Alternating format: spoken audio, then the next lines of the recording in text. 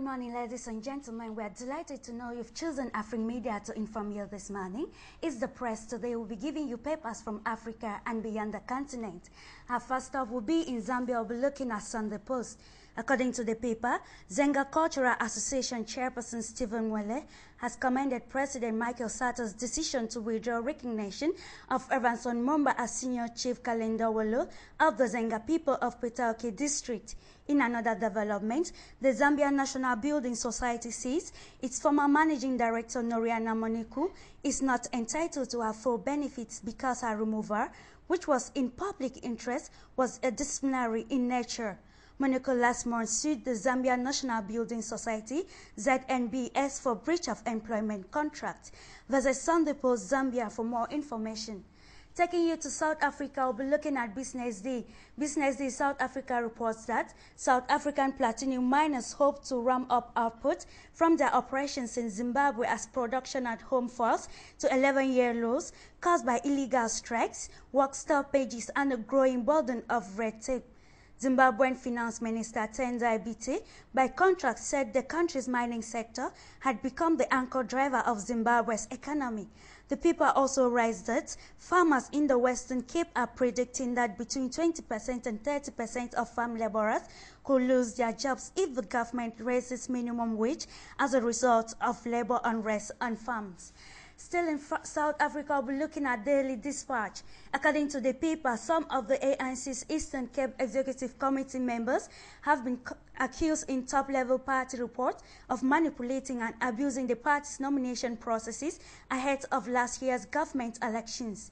However, none of the 25 members of the Provincial Executive, PAC, are actually identified in the report. The paper also states that the Health Portfolio Committee in the Eastern Cape has called on Prime Minister Nozolo Kiviet to relieve Health Department Superintendent General Davilso Pile of his duties.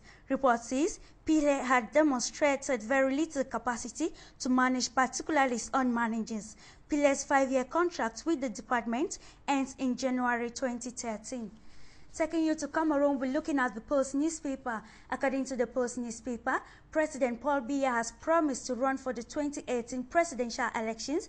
The revelation was made by the French international television channel France 24 during one of his political programs on November 9th. The channel quoted Biya as discreetly telling some French politicians recently that he will go in for the presidential race in 2018 if God keeps him alive. Read more on this story on page 3 of the Post newspaper. The paper also writes that the Upper House of Parliament, Senate, provided in 1996 Constitution is yet to be implemented 16 years after. The Constitution also provided for the putting in place of the Constitutional Council, which has not yet been implemented. Find out more of this story on page 2 of the Post newspaper. Taking you to Asia, we'll be looking at China Daily.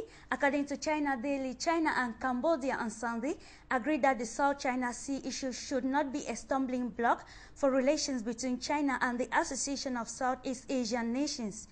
The agreement was reached between visiting Prime Minister Wen Jiabao and his Cambodian counterpart Hun Sen.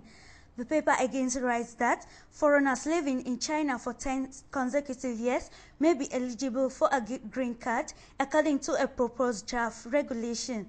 The draft and other amendments to its requirements for permanent residency is being considered by the Ministry of Public Security. Still in China, we'll be looking at the Wall Street Journal Asia. The paper writes that the Israel-Hamas conflict on Sunday widened as Israeli missiles killed at least 11 civilians. Hostilities between the two sides had seemed slow on Saturday amid efforts by Egypt and other international mediators to broker a ceasefire. However, fighting escalated on Sunday, raising new concerns about Israel launching a ground invasion, a move that will dramatically increase the 5-day-old conflict. Still in the paper, leaders from the 10th Member Association of Southeast Asian Nations who signed a commemorative version of a document called the Declaration of Conduct, agreed in 2002 and set out broad principles on conflict resolution. These leaders will make a renewed attempt to hammer out a solution to the bitter South China Sea dispute. Taking you to the United Arab Emirates, we'll be looking at the Gulf newspaper. In the journal, it's written that another massacre, which took the lives of several Palestinian children in the Gaza Strip, failed to move well public opinions as Israel, supported by the United States and other Western nations, continued its brutal attacks on Sunday, bombing civilian targets from the A and C for a fifth day. Israeli airstrikes on Sunday reportedly killed 23 Palestinians, including 14 women and children. The paper also states that the United Arab Emirates Telecommunications Regulatory Authority, TRA, will be hosting 3 important United Nations conferences on telecommunications in November and December. The conference will be the first to hold in Middle East. Now, our last stop will be in the United Kingdom. We'll be looking at the International Herald Tribune. The paper reports that Israeli forces killed at least 11 people in a single airstrike on Sunday that destroyed a home as Israel pressed its bombardment of the Gaza Strip for a fifth day.